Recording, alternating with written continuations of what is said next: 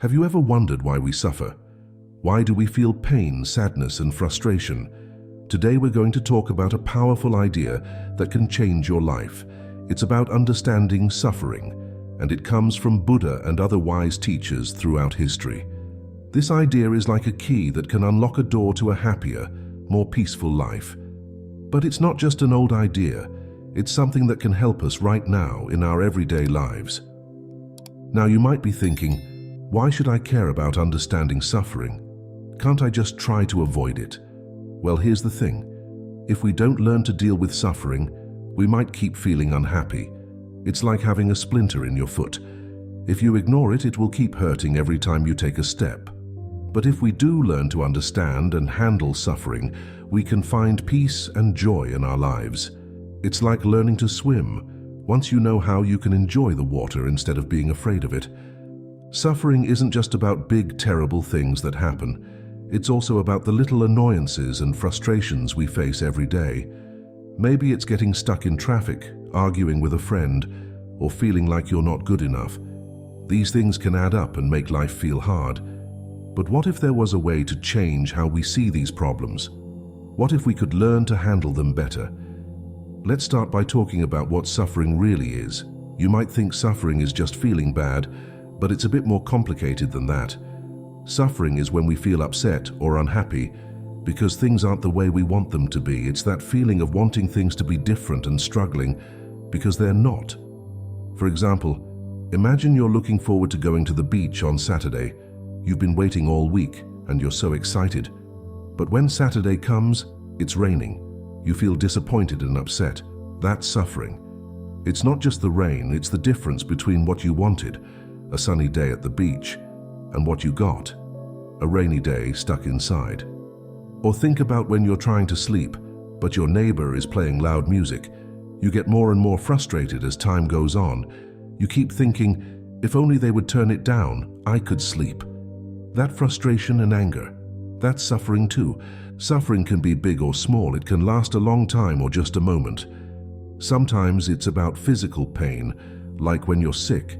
Other times it's about emotional pain, like feeling lonely or scared. And sometimes it's about mental pain, like worrying about the future or regretting the past. The tricky thing about suffering is that it's not just about what happens to us, it's also about how we react to what happens. Two people might experience the same thing, but one person suffers a lot, while the other person doesn't suffer much at all. Why? Because of how they think about the situation. Now let's talk about what Buddha taught about suffering. Buddha was a teacher who lived over 2,500 years ago in India. He spent a lot of time thinking about why people suffer and how to stop suffering. His ideas have helped millions of people over the years. Buddha taught that suffering is a natural part of life. He said that everyone experiences suffering, from the richest king to the poorest beggar. This might sound depressing, but stay with me. There's good news coming. Buddha said that there are three main truths about suffering. Suffering exists. This means that everyone at some point will feel pain, sadness, or dissatisfaction. It's just part of being human. Suffering has causes. Buddha said that our suffering comes from our desires and our attachment to things. We want things to be a certain way, and when they're not, we suffer. There's a way to end suffering. This is the good news.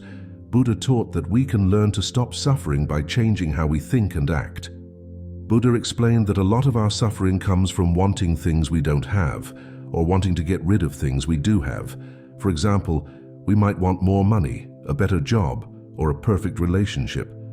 Or we might want to get rid of an illness, a difficult coworker, or a bad habit. The more we focus on these wants, the more we suffer.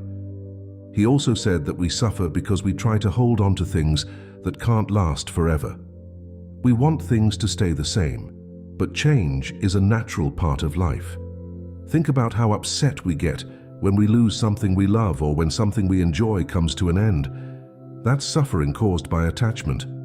But Buddha didn't just point out the problem, he offered a solution. He said that if we can learn to see things as they really are, accept change, and let go of our attachments, we can find peace.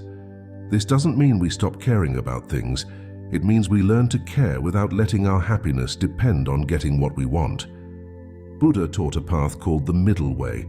This path is about finding balance. It's not about trying to avoid all pleasure or chasing after every desire. Instead, it's about learning to live in a way that reduces suffering for ourselves and others. One important part of Buddha's teaching is the idea of mindfulness. This means paying attention to the present moment without judging it. When we're mindful, we can see our thoughts and feelings without getting caught up in them. It's like watching clouds pass in the sky instead of being in the middle of a storm. Buddha also taught about compassion, both for ourselves and for others. He said that understanding that everyone suffers can help us be kinder to ourselves and to other people. When we see someone being rude, instead of getting angry, we might think they must be suffering to act like that. This doesn't mean we let people treat us badly, but it can help us respond with kindness instead of anger. These ideas might seem simple, but they can be very powerful when we put them into practice. Buddha's teachings have helped people find peace and happiness for thousands of years, and they're still useful today.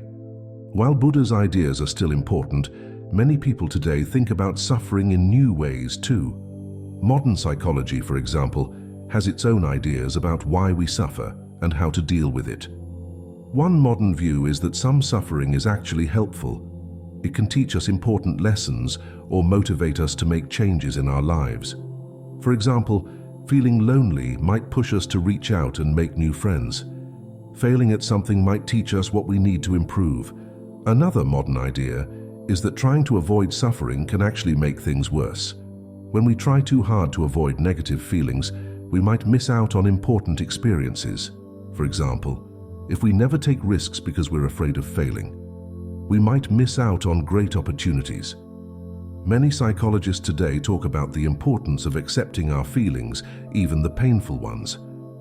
This is similar to Buddha's idea of mindfulness. Instead of trying to push away bad feelings, we learn to notice them without judgment. This can help the feelings pass more quickly and easily. Some modern thinkers also point out that suffering often comes from the stories we tell ourselves. For example, if something bad happens, we might tell ourselves, "This always happens to me," or "I'll never be happy." These thoughts can make our suffering worse. Learning to notice and change these stories can help reduce our suffering. Another important modern idea is the concept of resilience. This is our ability to bounce back from difficult experiences. People who are resilient tend to suffer less because they're better at handling life's challenges. The good news is that resilience is something we can develop and strengthen over time. Many people today combine old wisdom, like Buddha's teachings, with modern psychological ideas. For example, mindfulness meditation, which comes from Buddhist practice, is now used by many therapists to help people deal with stress, anxiety, and depression. Some modern thinkers also emphasize the importance of finding meaning in our suffering. This idea comes from Viktor Frankl, a psychologist who survived Nazi concentration camps. He believed that if we can find meaning in our difficulties, we can endure almost anything. Today, many people also recognize the role of social and environmental factors in suffering. Things like poverty, discrimination, and pollution can cause a lot of suffering. This means that working to create a fairer, cleaner world is also a way to reduce suffering. Another modern perspective is the importance of self-compassion. This means treating ourselves with the same kindness we'd show a good friend. When we're going through hard times, being gentle with ourselves can help reduce our suffering. Some researchers today are studying happiness and well-being.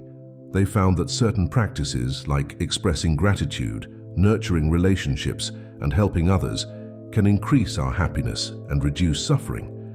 These practices don't eliminate all suffering, but they can help us build a more positive, resilient mindset. Neuroscience is also giving us new insights into suffering. Scientists have found that our brains are very flexible, or plastic. This means we can actually change our brain patterns through practices like meditation. Over time, this can help us become less reactive to stress and suffering. Modern technology has created new forms of suffering, like social media anxiety or information overload. But it has also given us new tools to deal with suffering, like meditation apps or online therapy. Some thinkers today talk about post-traumatic growth. This is the idea that going through very difficult experiences can sometimes lead to positive changes in our lives. People might become stronger, more compassionate, or find new meaning in life after going through hard times. The idea of emotional intelligence has become important in understanding suffering. People with high emotional intelligence are often better at managing their emotions and dealing with challenges. The good news is that emotional intelligence is something we can improve with practice.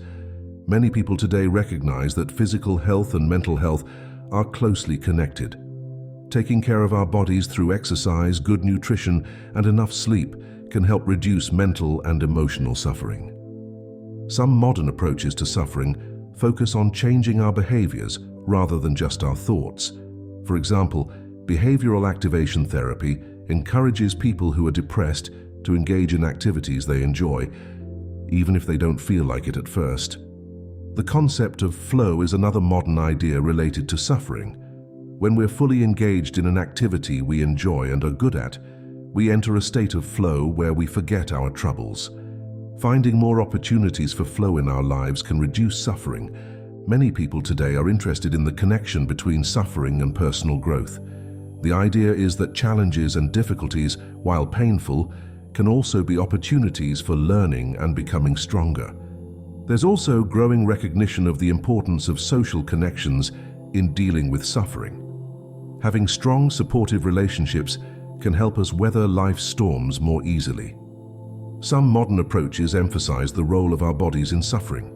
Practices like yoga or Tai Chi, which combine physical movement with mindfulness, can help reduce suffering by calming both the body and mind. The field of positive psychology has brought attention to the importance of focusing on strengths and positive experiences, not just on problems and suffering. This doesn't mean ignoring difficulties, but balancing them with awareness of what's good in our lives. Many people today are interested in how our environment affects our well-being. Creating spaces that are calm, beautiful, and connected to nature can help reduce suffering and increase happiness. There's growing awareness of the role of purpose and meaning in dealing with suffering. People who feel they have a clear purpose in life often find it easier to cope with difficulties. Some modern thinkers emphasize the importance of creativity in dealing with suffering. Expressing ourselves through art, music, writing, or other creative activities can be a powerful way to process difficult emotions and experiences. The idea of radical acceptance has gained popularity. This involves fully accepting reality as it is, even when it's painful. The idea is that fighting against reality often increases our suffering. Many people today recognize the importance of self-awareness in dealing with suffering. Understanding our own patterns of thought and behavior can help us make changes that reduce our suffering. There's growing interest in the role of forgiveness in reducing suffering. Forgiving others and ourselves for past hurts can free us from ongoing pain and resentment. Some modern approaches focus on the idea of cognitive flexibility, being able to adapt our thinking to different situations. People who are more cognitively flexible often suffer less because they can adjust more easily to life's changes and challenges. The concept of psychological flexibility, from acceptance and commitment therapy, combines several modern ideas. It involves being present in the moment, accepting our thoughts and feelings, and taking action based on our values. Many people today are interested in the connection between suffering and personal values. Clarifying what's truly important to us can help guide our actions and give meaning to our struggles. There's growing recognition of the importance of self-care in managing suffering. Taking time to nurture ourselves, especially during difficult times, can help us be more resilient. Some modern approaches emphasize the importance of balance in reducing suffering. This might mean balancing work and rest, social time and alone time, or challenge and comfort. Many people today recognize that suffering often comes from comparing ourselves to others. Learning to focus on our own path rather than constantly measuring ourselves against others can reduce a lot of unnecessary suffering. The idea of growth mindset has become popular in recent years. People with a growth mindset believe they can develop their abilities through effort and learning. This can help reduce suffering by changing how we view challenges and setbacks. There's increasing awareness of the role of sleep in mental and emotional well-being. Improving sleep habits can significantly reduce suffering for many people. Many modern approaches emphasize the importance of setting realistic expectations. A lot of suffering comes from expecting life to be perfect or thinking we should never feel bad. The concept of learned optimism suggests that we can train ourselves to have a more positive outlook. This doesn't mean ignoring problems, but learning to approach challenges with hope and resilience. Many people today recognize the value of humor in dealing with suffering. Being able to laugh, even in difficult times, can provide relief and perspective. There's growing interest in the role of nature in reducing suffering. Spending time outdoors or even just looking at nature can have a calming, healing effect. Some modern thinkers emphasize the importance of living in alignment with our values. When our actions match what we truly believe is important, we often experience less inner conflict and suffering. The idea of psychological safety has gained attention, especially in work environments. When we feel safe to be ourselves and express our thoughts and feelings, we often suffer less. Many people today recognize the importance of boundaries in reducing suffering. Learning to set healthy limits in our relationships and commitments can prevent a lot of stress and unhappiness. There's growing awareness of the role of physical touch in emotional well-being. Safe, consensual physical contact, like hugs from loved ones, can help reduce suffering. Some modern approaches focus on the idea of radical responsibility, fully owning our choices and responses to life's events. While this doesn't mean blaming ourselves for things outside our control, it can empower us to change what we can. Many people today are interested in the connection between suffering and personal authenticity. Being true to ourselves, even when it's difficult, can reduce the suffering that comes from trying to be someone we're not. The concept of post-traumatic wisdom suggests that going through difficult experiences can lead to deeper understanding and insight. This doesn't make the suffering any less real, but it recognizes that we can learn and grow from our pain. There's growing recognition of the role of community in dealing with suffering. Sharing our struggles with others who understand can provide comfort and reduce feelings of isolation. Many modern approaches emphasize the importance of self-reflection. Taking time to think about our experiences and learn from them can help us navigate future challenges more easily. The idea of emotional agility has gained popularity. This involves being able to experience a wide range of emotions without being controlled by them. Some modern thinkers focus on the role of purpose in dealing with suffering. Having a sense of why we're here and what we want to contribute to the world can help us endure difficulties. There's increasing awareness of the impact of digital technology on our well-being. Learning to use technology mindfully and set healthy limits can reduce a lot of modern suffering. Many people today recognize the value of rituals in dealing with suffering. Whether religious or personal, rituals can provide comfort and meaning during difficult times. The concept of eudaimonia, or well-being that comes from living a meaningful, virtuous life, has gained renewed interest. This approach suggests that true happiness comes not from avoiding suffering, but from living well. The first way to deal with suffering: mindfulness. One powerful way to handle suffering is through mindfulness. This is a practice that comes from ancient Buddhist teachings, but it's become very popular today, even in non-religious settings. Mindfulness is about paying attention to the present moment without judging it. It's like being a friendly observer of your own thoughts and feelings. First, find a quiet place where you won't be disturbed. Sit comfortably, but try to keep your back straight. You can close your eyes if you want, or just soften your gaze. Now focus on your breath. Notice how it feels as you breathe in and out. Don't try to change your breathing, just observe it. You might feel the air moving in and out of your nose, or your chest rising and falling. As you do this, you'll probably notice that your mind starts to wander. You might start thinking about what you need to do later, or remember something that happened earlier. This is totally normal. When you notice your mind has wandered, gently bring your attention back to your breath. Don't get frustrated with yourself. Mind wandering is part of the process.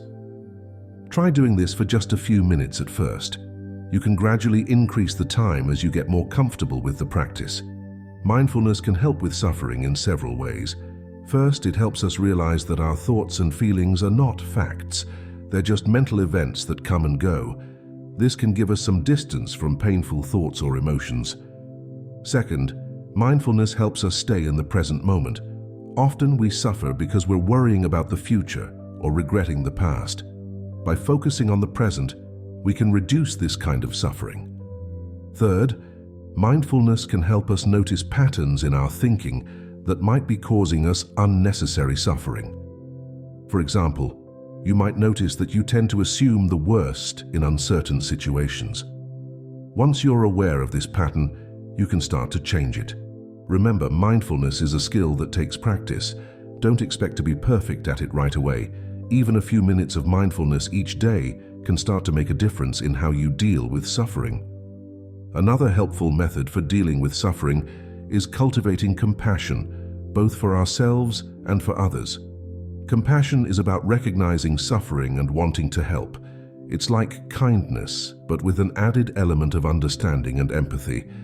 Self-compassion is especially important. Often when we're suffering, we add to our pain by being hard on ourselves. We might think things like, "I shouldn't feel this way," or "I'm weak for struggling with this." Self-compassion means treating ourselves with the same kindness we'd show a good friend who was going through a hard time. When you're going through a difficult time, pause for a moment. Place your hand on your heart or give yourself a gentle hug. This physical gesture can help activate your body's caregiving system. Then say to yourself, "This is a moment of suffering." This acknowledges what you're going through without judgment. Next, remind yourself, "Suffering is a part of life. I'm not alone in this."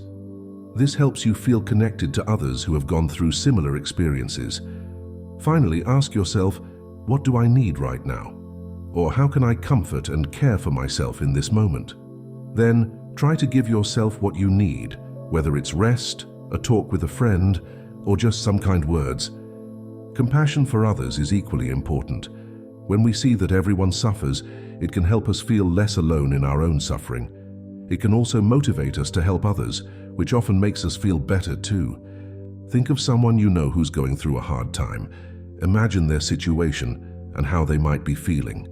Silently wish them well. You might think something like, "May you be free from suffering. May you find peace." If there's something concrete you can do to help, consider doing it. Even a small gesture of kindness can make a big difference. Cultivating compassion doesn't mean you have to fix everyone's problems or that you should let people treat you badly. It's about developing a kinder, more understanding attitude towards the struggles we all face. Remember, compassion is like a muscle. The more you practice it, the stronger it gets. Over time, a compassionate attitude can significantly reduce your own suffering and help you connect more deeply with others. Lastly, we can deal with suffering by changing how we look at things. This doesn't mean pretending everything is fine when it's not. Instead, it's about finding new ways to understand our experiences that can reduce our suffering. One powerful way to change your perspective is to look for the potential growth or learning in difficult situations. This doesn't mean that bad things are good, but it recognizes that challenges can sometimes lead to positive changes in our lives. For example, going through a tough breakup might teach you important things about yourself and what you need in a relationship. Losing a job might push you to pursue a career you're more passionate about. Even serious illnesses can sometimes lead people to reevaluate their priorities and live more meaningful lives. To practice this, try asking yourself, "What can I learn from this situation?" Or, "How might this experience help me grow?" Another way to change your perspective is to zoom out and look at the bigger picture. When we're suffering, we often get very focused on our immediate pain. Taking a step back can sometimes help us see things differently. For instance, if you're stressed about a work deadline, try imagining how you'll feel about this situation in a year's time. Will it still seem as important? Or if you're feeling sad about a friendship ending, think about all the other relationships in your life that are still strong. You can practice this by asking, How will I see this situation in a month, a year, 5 years? Or, in the grand scheme of my life, how significant is this? Changing your perspective can also involve challenging your thoughts. Often, our suffering comes from the stories we tell ourselves about what's happening, not just from the events themselves. For example, if you make a mistake at work, you might think, "I'm terrible at my job. I'll probably get fired." This kind of thinking can cause a lot of suffering. Instead, you could try thinking, "Everyone makes mistakes sometimes. This is a chance for me to learn and improve." To practice this, try noticing your thoughts when you're suffering. Ask yourself, is this thought really true? Or is there another way I could look at this situation? Remember, changing your perspective doesn't mean ignoring real problems or pretending everything is fine when it's not. It's about finding ways of understanding your experiences that are more helpful and cause less suffering. This approach works because our thoughts and beliefs have a big impact on how we feel. By changing how we think about situations, we can often change how we feel about them too. It's important to note that changing your perspective takes practice. At first, it might feel forced or unnatural. That's okay. Keep trying, and over time, it will start to feel more natural. Also, remember that it's okay to feel bad sometimes. The goal isn't to never suffer, but to find ways to deal with suffering that help us grow and live meaningful lives. In some cases, especially when dealing with trauma or severe mental health issues, it's important to work with a professional who can guide you through this process safely. Changing your perspective can be particularly powerful when combined with mindfulness and compassion. Mindfulness helps you notice your thoughts and feelings without getting caught up in them. Compassion gives you the kindness and understanding you need to face difficult truths and make changes. One specific technique for changing perspective is called reframing. This involves looking at a situation in a new way that changes its meaning. For example, instead of seeing a challenge as a threat, you might see it as an opportunity to prove your strength and resilience. Another helpful perspective shift is to focus on what you can control. Often we suffer because we're trying to change things that are outside our control. By focusing on what we can influence, we can reduce feelings of helplessness and take positive action. It can also be helpful to practice gratitude. Even in difficult times, there are usually things we can be thankful for. Regularly noticing and appreciating these things can help balance out negative experiences and reduce suffering. And sometimes changing your perspective involves accepting things as they are. This doesn't mean liking everything that happens, but it means not fighting against reality. Acceptance can bring a sense of peace, even in difficult situations.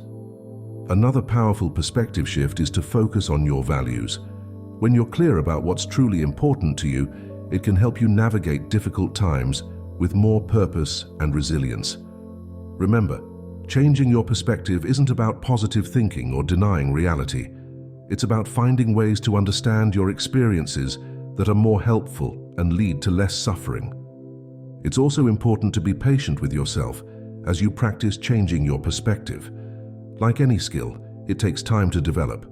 You might not see immediate results, but with consistent practice, you can significantly reduce your suffering over time. Changing your perspective can also involve seeking out new information or different viewpoints. Sometimes, learning more about a situation or hearing how others have dealt with similar challenges can help you see things in a new light. Another helpful technique is to imagine giving advice to a friend in your situation. Often, we're kinder and more objective when thinking about others' problems than our own. Remember that changing your perspective doesn't mean your problems will magically disappear. However, it can change how you relate to your problems, which can make a big difference in your overall well-being. It's also worth noting that different perspective shifts might work better for different situations. What helps with one type of suffering might not be as effective for another. Be willing to experiment and find what works best for you. Lastly, changing your perspective isn't just about reducing suffering, it's also about opening up new possibilities. When you learn to look at things in different ways, you might discover opportunities or solutions you hadn't seen before.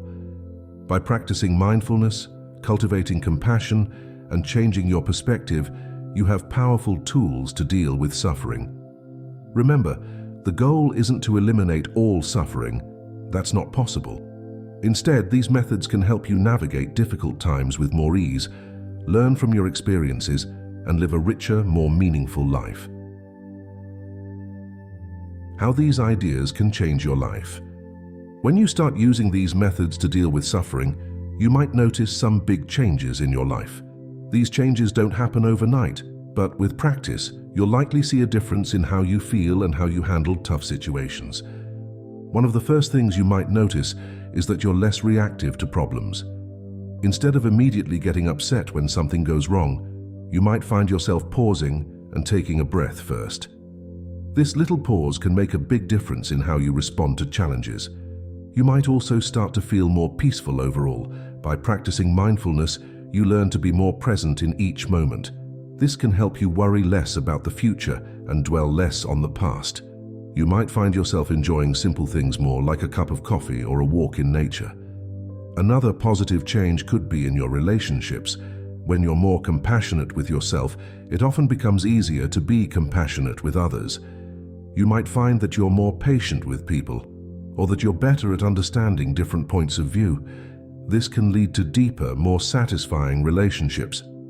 You may also notice that you're more resilient when facing difficulties.